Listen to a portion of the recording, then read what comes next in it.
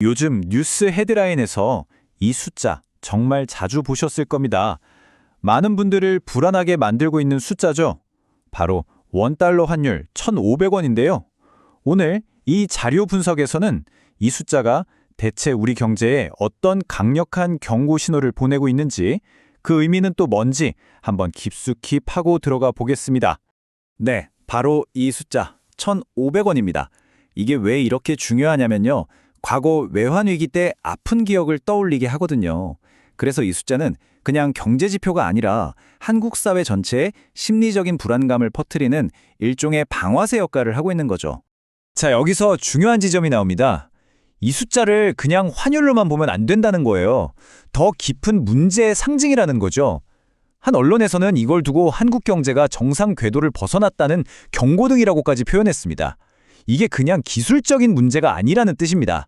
좋습니다. 그럼 이 좀 추상적으로 들리는 경고가 구체적으로 우리 일상, 그러니까 당장 내 지갑에는 어떤 충격을 주는지부터 한번 따져보죠. 우리가 이 경제적 충격을 가장 먼저, 가장 직접적으로 느끼는 곳, 바로 마트 진열대 앞입니다. 매일 장을 보는 바로 그곳에서부터 고환율의 파장이 시작되는 거죠. 그리고 그 영향은 마치 도미노처럼 번져나갑니다. 우리가 매일 마시는 커피 원두, 또 수입 식료품 가격이 오르는 걸로 시작해서요. 아플 때 필요한 수입 의약품 가격까지 줄줄이 오릅니다. 또 우리나라는 에너지 대부분을 수입하잖아요. 그러니까 전기요금, 가스요금 인상도 피할 수가 없게 되고요. 특히 자녀를 해외로 유학 보낸 가정의 학비 부담은 정말 상상을 초월할 정도로 커지고 있습니다. 이 인터뷰 내용이 그 고통을 정말 고스란히 보여주죠. 이게 그냥 숫자의 문제가 아니라 한 가정의 재정적인 문제, 그리고 감정적인 부담으로까지 이어지는 겁니다. 내 월급은 그대로인데 생활비만 계속 오르는 이 현실. 이게 바로 고환율이 우리 개인에게 미치는 아주 직접적인 영향입니다. 자, 그럼 이제 개인의 삶에서 기업의 세계를 한번 시선을 옮겨볼까요? 이 고환율이라는 충격이 모든 산업에 똑같이 작용하는 건 아니거든요. 시비가 아주 극명하게 엇갈립니다. 예전에는 환율 오르면 수출 기업에 좋은 거 아냐? 이런 말이 거의 공식처럼 통했었죠. 근데 이건 이제 낡은 신화가 되어버렸습니다. 왜냐하면 오늘날의 제조업은 전 세계적인 공급망에 아주 깊숙이 연결되어 있거든요. 핵심 부품이나 원자재를 다 수입해서 물건을 만들어야 하는데 환율이 오르니까 이 생산 비용 자체가 폭등하는 겁니다. 결국 수출해서 버는 이익을 이 비용이 다 깎아먹게 되는 거죠. 이 표를 보시면 지금 상황이 아주 명확하게 보입니다.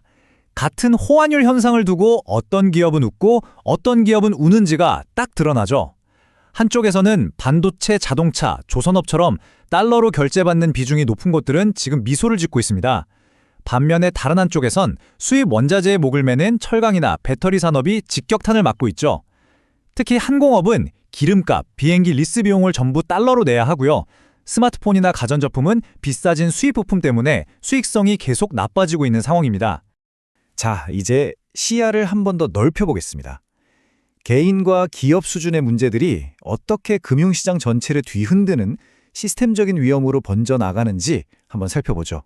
여기서 우리가 꼭 알아야 할 핵심 개념이 바로 자본 유출입니다. 외국인 투자자들 입장에서 1,500원이라는 환율은 일종의 탈출 신호로 읽히는 거예요. 아, 더 큰 손해보기 전에 한국 시장에서 돈을 빼야겠다라는 강력한 경고등으로 받아들인다는 거죠.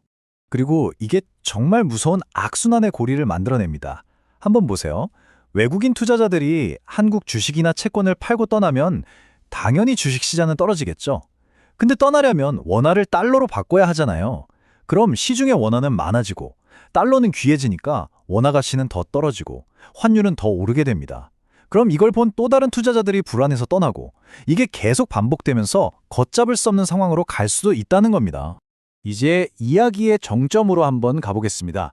이 위기 한가운데서 정책을 결정하는 사람들은 어떤 딜레마에 빠져 있는지, 그리고 지금 한국 경제가 마주한 궁극적인 질문은 과연 무엇인지 짚어보겠습니다. 이게 바로 정책 당국의 딜레마입니다. 보통 경기가 안 좋으면 중앙은행이 금리를 내려서 시중에 돈을 풀잖아요.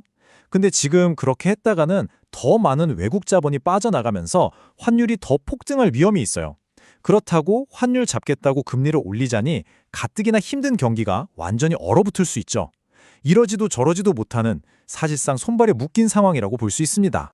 그래서 어떻게든 시장을 안정시키기 위한 안전망을 찾고 있는 겁니다. 현재는 국민연금과의 외환스와프 한도를 늘리는 조치를 취하고는 있는데요.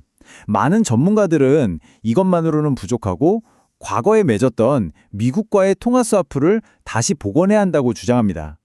이게 우리 유사시에 달러 공급받을 수 있다는 강력한 신호를 줘서 시장의 불안을 잠재울 수 있다는 거죠.